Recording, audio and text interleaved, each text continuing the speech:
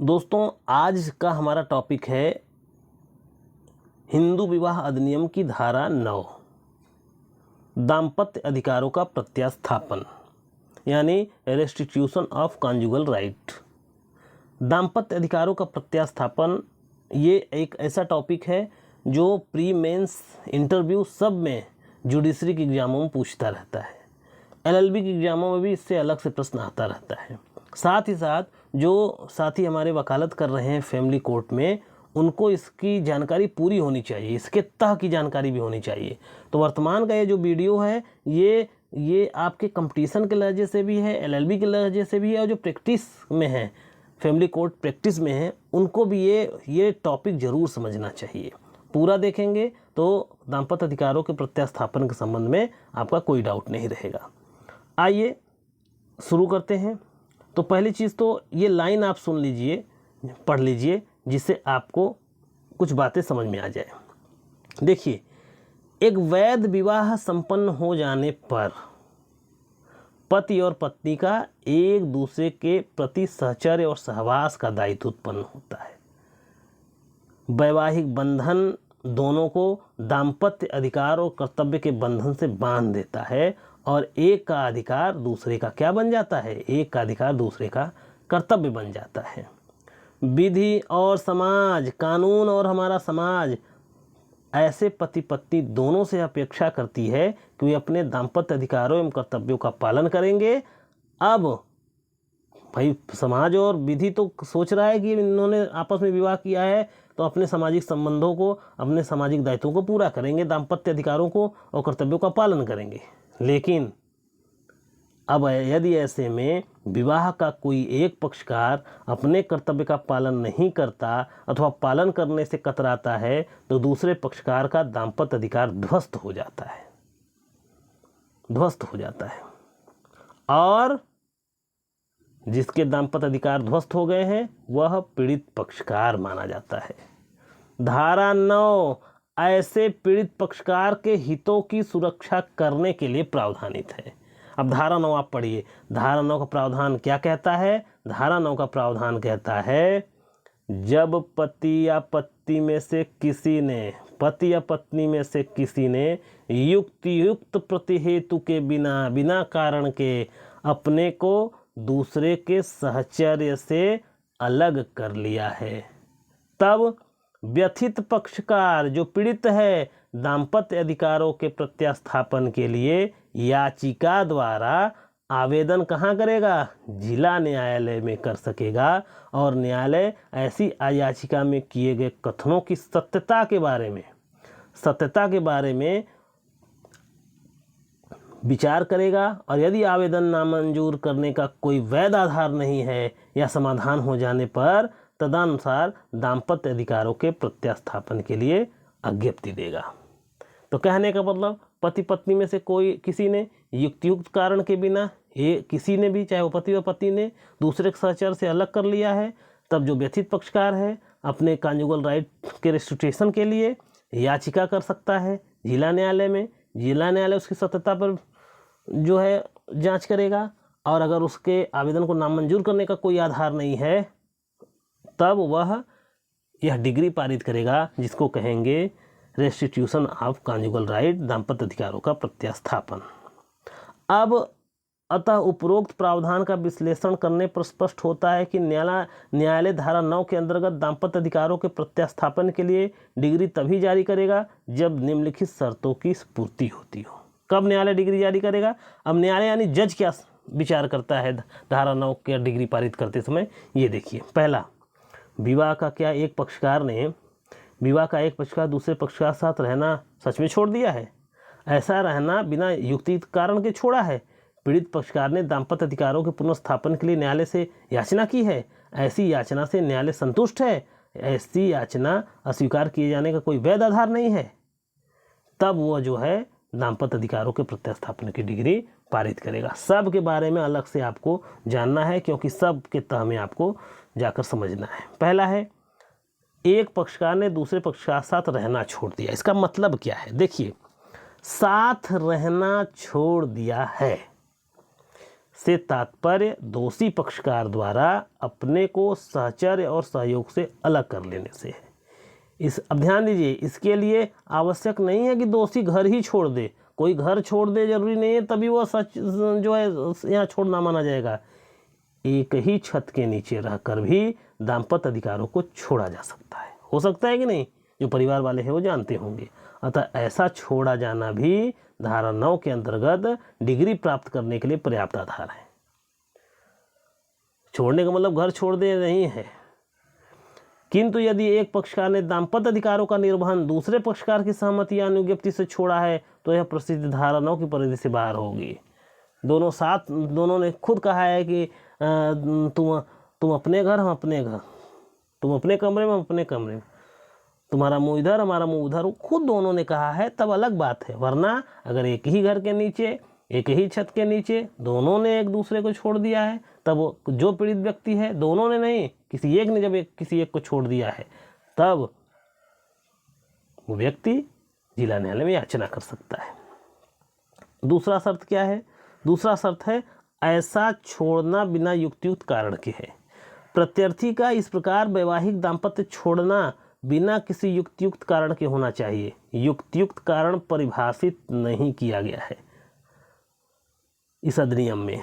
इसका सामान्य अर्थ एक ऐसे कारण से है जिसमें सामान्य प्रज्ञा वाला व्यक्ति वही करता जो प्रत्यर्थी ने किया है। कभी कभी होता है कि व्यक्ति इतना परेशान कर देता है। अभी आप आज का न्यूज़ मैंने देखा कि एक जज साहब है, बेचारे जज साहब, सोचिए कितने अपने न्यायपालिका में कितने आश्चर्य की बात है कि जो जज है जिसके यहाँ लोग जाते हैं न्याय के लिए, याचना लगाते, वो खुद पारिवारिक समस्याओं से पीड़ित होकर के आत्महत्या कर लिया। तो कितने आश्चर्य वाली बात है। और पति पत्नी दोनों जज हैं। फिलहाल इस पर क्या कहें, आइए देखते हैं। न्यायालयों ने अपने निर्णय में कई कारण बताया है। युक्तियुक्त कारण माने अलग होने के कई कारण बताए हैं। ऐसा हो सकता है कि पति द्वारा पत्नी पर चरित्रहीनता का आरोप लगाए, जो है पति लगा रहा है, पत्नी अलग रहने लगी, तो पति थोड़ी जा सकता है दाम्पत्य अधिकारों के प्रत्यास्थापन के लिए। गंभीर अभद्र व्यवहार कर रहा है कोई एक दूसरे के साथ, बिना युक्तियुक्त कारण के वैवाहिक रीति कर्म से अलग रह रहे हैं, अति मद्यपान जो वैवाहिक जीवन को असंभव कर दिया है, मस्तिष्क की विफलता से चोट की आशंका बनी हुई है उसके साथ, लगभग क्रूरता जैसा व्यवहार कर रहा है। अगर ये सब व्यवहार है और कोई व्यक्ति किसी से अलग हो गया है, तब दाम्पत्य अधिकारों के अंतर्गत धारा 9 पर विचार थोड़ी किया जाएगा। अगला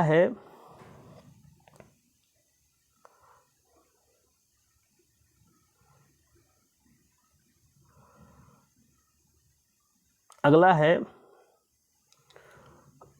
संविधान। ये लाइन आपको पढ़ना है। संशोधन अधिनियम 1976 द्वारा, संशोधन संविधान नहीं, संशोधन अधिनियम 1976 द्वारा धारा 9 में स्पष्टीकरण जोड़कर अब यह स्पष्ट कर दिया गया है कि युक्तियुक्त कारण सिद्ध करने का भार रिस्पोंडेंट पर होगा, यानी प्रत्यर्थी पर होगा। ठीक है, तो ये था, आपने धारा 9 देखा, दाम्पत्य अधिकारों का प्रत्यास्थापन। अब एक प्रश्न अक्सर पूछता रहता है, धारा 9 की संवैधानिकता। देखिए, धारा 9 की संवैधानिकता का मतलब ये है कि इस बात की परख करना कि जो धारा 9 है, एक व्यक्ति को दूसरे व्यक्ति के साथ रहने के लिए बाध्य करना जो होता है, ये धारा 9 की क्या संविधान सम्मत है, इसकी परख करना, उसकी संवैधानिकता की जांच करना कहा जाता है। आइए हम आप जांच करते हैं। देखिए, भारतीय संविधान के अनुच्छेद 21 का आज विस्तृत और उदारतापूर्वक निर्वचन किया गया। ये तो अनुच्छेद 21, ये तो ओपन डोर हो गया है, जो कहीं नहीं होता यहाँ होता है। वहाँ तो केवल लिखा है प्राण और दैहिक स्वतंत्रता का अधिकार, भारत में रहने वाले हर व्यक्ति को प्राण और दैहिक स्वतंत्रता का अधिकार होगा। लेकिन प्राण और दैहिक स्वतंत्रता का इतना बेहद व्याख्या कर दिया गया है कि पर्यावरण का अधिकार, प्रतिकर पाने का अधिकार, शरण लेने का अधिकार, शिक्षा का अधिकार, चिकित्सा सहायता पाने का अधिकार, यहाँ तक कि अब तो आ गया गरिमापूर्ण मृत्यु का अधिकार, सब अनुच्छेद 21 में शामिल हो गया है। तो वो तो ओपन डोर है।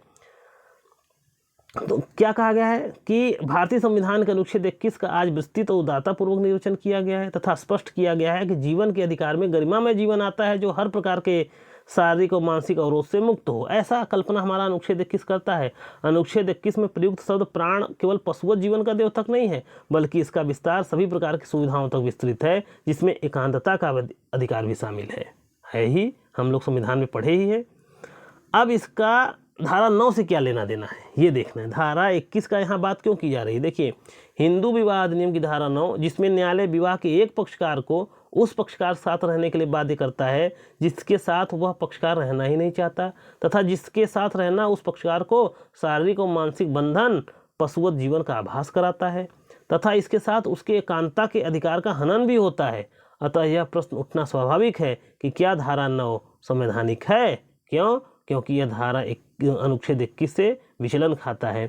सर्वप्रथम यह प्रश्न आंध्र प्रदेश उच्च न्यायालय के समक्ष टी सरिता वर्सेस वेंकट सुबैया एक केस याद रहना चाहिए आपको।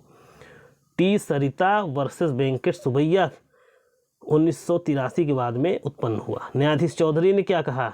न्यायाधीश चौधरी ने कहा दाम्पत्य अधिकारों के प्रत्यास्थापन का अनुतोष घृणित, असभ्य, नृशंस, अमानवीय है। ये बात वो कह रहे हैं हिंदू विवाह अधिनियम धारा 9 के बारे में कह रहे हैं चौधरी जी।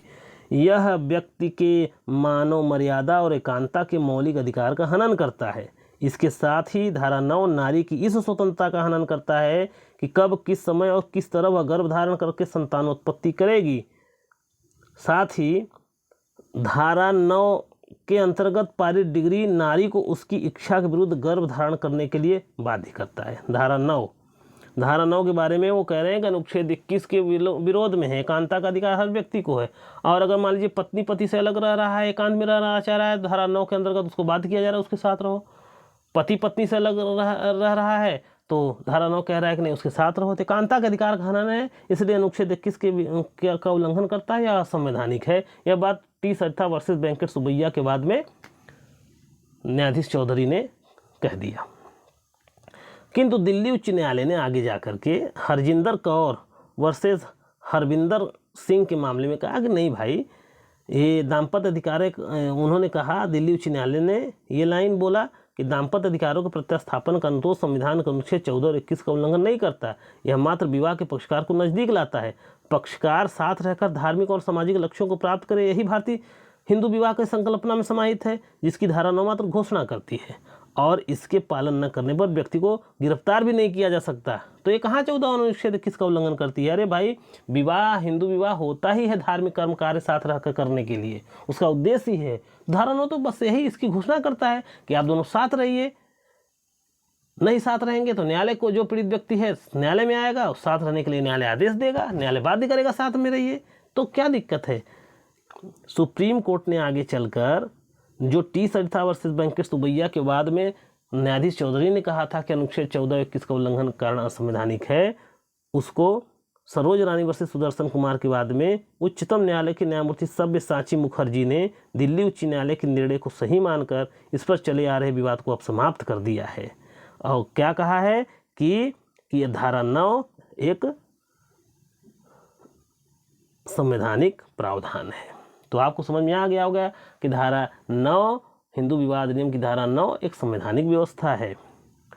एक प्रश्न ये भी उठता है कि क्या दाम्पत्य अधिकारों के प्रत्यास्थापन और विवाह विच्छेद के लिए एक साथ वाद लाया जा सकता है? तो बलदेव राज वर्सेस श्रीमती बिमला शर्मा के बाद में हिमाचल प्रदेश उच्च न्यायालय ने कहा कि जीना मरना साथ नहीं हो सकता। ठीक है, जहर और अमृत साथ नहीं रह सकते। दाम्पत्य अधिकारों का प्रत्यास्थापन और विवाह विच्छेद की डिग्री दोनों साथ में नहीं दाखिल किया जा सकता। ठीक है, दोनों की प्रकृति अलग है, दोनों का स्वभाव अलग है, दोनों का उद्देश्य अलग है। ये दोनों साथ में आपको या तो दाम्पत्य अधिकारों के प्रत्यास्थापन के लिए या तो विवाह विच्छेद के लिए डिग्री अलग डालना होगा। एक ही साथ याचना आप नहीं कर सकते। तो संभवतः दोस्तों आपको ये बात समझ में आई होगी।